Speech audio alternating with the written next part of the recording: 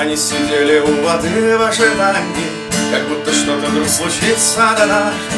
Они не ведали ни грез, ни желаний, но помучились духовной жаждой. Летела птица, их не видела птица.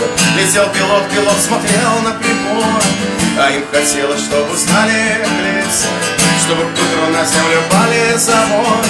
Но вышло солнце и вышло время, им показалось, что не будет известий. И расти птицы не хватит кремня, чтоб тысяч небе золотой соцветий. А вокруг кипели сотни сражений, и сникли флаги от обилия валами. Кто-то бросил на весы поражение, а кто-то бросил кость голодной собаке. А они сидели молча, курили, и за 2000 лет покрыли завесой. И в ней гудели автомобили, бродили дворники, цари, поэтессы.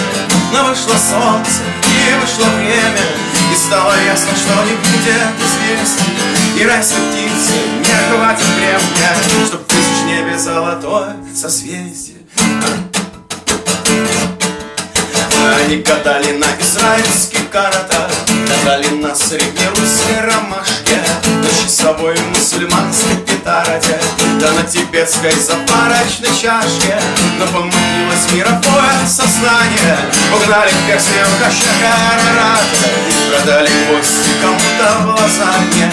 Отсидел сил родного брата Ефрата, отсидел сил родного брата Ефрата.